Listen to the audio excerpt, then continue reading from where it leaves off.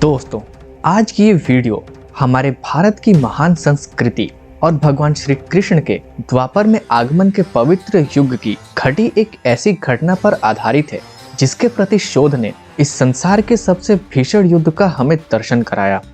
महाभारत की कथा के अनुसार जब पांडवों ने हस्तिनापुर छोड़कर इंद्रप्रस्थ नामक एक सुंदर राज्य की स्थापना की, तब वहां महाराज युधिष्ठिर ने एक भव्य राजसूय यज्ञ का आयोजन करवाया, जिसमें उन्होंने दूर दराज के सभी राजाओं को आमंत्रित किया। उल्लेखनीय बात यह है कि उन्होंने अपने प्रिय अनुज और हस्तिनापुर के युवराज दुर्योधन को भी इस यज्ञ में आमंत्रित किया। जब दुर्योधन इंद्रप्रस्थ पहुंचा तो वो वहां के विराट वैभव को देखकर चकित हो उठा और वहां के महलों को आश्चर्य से देखते हुए अचानक से एक ऐसी जगह पर जा पहुंचा जहां कोई ऐसा पत्थर था जो पानी था लेकिन पत्थर जैसा लगता था, और वो उससे टकरा गया और पानी में गिर गया। उसको पानी में गिरा देखकर ऊपर खड़ी हुई पांडवों की पत्नी और इंद्रप्रस्थ की महारानी द्रौपदी ठहाके लगाकर हंसने लगी, और हंसते हुए उन्होंने एक ऐसी बात कही जो किसी भी इंसान के लिए सुनना शायद असहनीय होता। अंधे का पुत्र अंधा।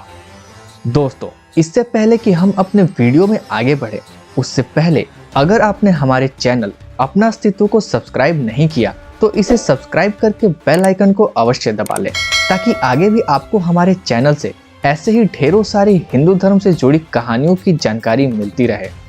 दोस्तों, ये तो सृष्टि का अपना चमत्कार है कि किसी भी व्यक्ति की आकृति, प्रकृति और उसका जीवन कैसा भी हो सकता है। उस पे परमात्मा और माता पिता रूपी परमात्मा के अंशों ने उसके शरीर को जैसा बनाया है, वैसा ही हमें और हमारे सृष्टि में मौजूद लोगों को स्वीकार करना चाहिए, ना कि उसका उपहास करके उसका मजाक उड़ाना चाहिए। दुर्योधन के पिता नेत्रहीन थे। द्रौपदी की कटाक्ष भरी बातें उसके हृदय में तीर की तरह चुभी। वो वापस लौटा और उस दिन से उसके मन में पांडवों को नष्ट करने की योजना बनने लगी। दुर्योधन के मन में चल रही दुष्टता और कुटिलता का सबसे बड़ा कारण मामा शकुनी था, क्योंकि वो दुर्योधन के हर गलत सलाह का समर्थक था। दुर्योधन ने जब शकुनी को यह बात बताई और सेना लेकर इंद्रप्रस्थ जाने को कहा, तो शकुनी ने दुर्योधन को समझाते हुए बोला कि इस काम के लिए अपनी सेना नष्ट करने की बजाय पांडवों को प्रलोभन देकर जुए के लिए आमंत्रित करो, फिर मैं अपने इस सिद्ध पासे से उन्हें निपटा लूंगा और पांडवों के हारने के बाद उनकी सारी संपत्ति तुम्हारी हो जाएगी, फिर वो तुम्हारे दास हो जाएंगे। मामा शकुनी का यह विचार दुर्योधन को अच्छा लगा और उसने पांडवों को हस्तिनापुर आने का निमंत्रण भेजा। हस्तिनापुर पहुंचने के बाद प्रलोभन में फंसे पांडवों और दुर्योधन के बीच द्यूत क्रीड़ा का खेल आरंभ हुआ। जैसे जैसे खेल आगे बढ़ता रहा, पांडवों के ज्येष्ठ भाई महाराज युधिष्ठिर अपना राज्य, संपत्ति, सेना सब हारते गए। जब दांव पर कुछ भी लगाने के लिए नहीं बचा तो उन्होंने अपने भाइयों को दांव पर लगा दिया। भाइयों के हारते ही जीतने के उम्मीद में महाराज युधिष्ठिर ने अंततः महारानी द्रौपदी तक को दांव पर लगा दिया, और दुर्भाग्य से ये आखिरी दांव भी वो हार गए। दोस्तों, द्यूत क्रीड़ा की शर्तों के मुताबिक जो भी क्रीड़ा में हारेगा उसे जीतने वाले का दास बनकर रहना होगा। इसीलिए द्रौपदी अब दुर्योधन की दासी बन चुकी थी, और तभी दुर्योधन को अपना वो अपमान याद आया जो उसके साथ इंद्रप्रस्थ के भवन में हुआ था। प्रतिशोध की अग्नि में झुलस रहे दुर्योधन ने मर्यादा की सारी रेखाएं पार कर दी। द्यूत क्रीड़ा में सब कुछ हार चुके पांडव सिर झुकाए बैठे थे, और अहंकार में लिप्त दुर्योधन ने अपने अनुज दुशासन को आदेश दिया कि उस अहंकारी द्रौपदी को घसीटते हुए इस राज्य सभा में मेरे सामने उपस्थित किया जाए। दास बने हुए पुरुषार्थी गांडीवधारी धनुर्धर अर्जुन चुप रहे, भीम चुप रहे, सदा सत्य की समीक्षा करने वाले युधिष्ठिर भी चुप रहे। प्रतिशोध की आग में जल रहे युधिष्ठिर ने द्रौपदी को सबके सामने उसी राज्यसभा में निर्वस्त्र करने का आदेश दिया।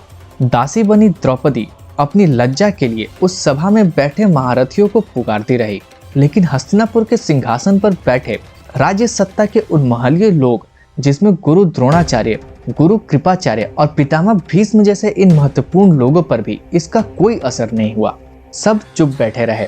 दुर्योधन के आदेश का पालन करते हुए दुशासन द्रौपदी की साड़ी खींचने लगा, तो हर तरफ से असहाय द्रौपदी ने आखिरकार उसी को पुकारा जिसकी शरण में अंततः सारी सहायताएं लोप हो जाती हैं।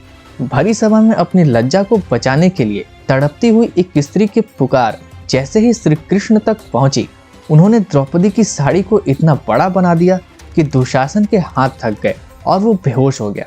लेकिन प्रभु की कृपा का वस्त्र समाप्त नहीं हुआ और द्रौपदी निर्वस्त्र नहीं हुई।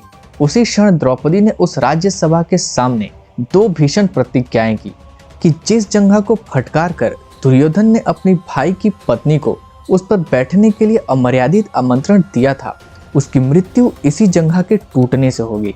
और दुशासन ने अपनी माता समान भाभी को उसके केशों से पकड़कर इस भरी राज्यसभा में घसीटते हुए उपस्थित किया है। जब तक मैं अपनी केशों को इस नीच दुशासन के रक्त से धो नहीं लूंगी, तब तक इसे ऐसे ही खुला रखूंगी। और इस पूरे प्रकरण ने संसार के सबसे भीषण युद्ध महाभारत को होने में अहम रोल निभाया। तो दोस्तों, आप द्रौपदी और दुर्योधन के इस व्यवहार के बारे में क्या सोचते हैं, हमें कमेंट करके अवश्य बताइए। तो मिलते हैं ऐसे ही किसी नए वीडियो में, तब तक के लिए जय हिंद, जय भारत।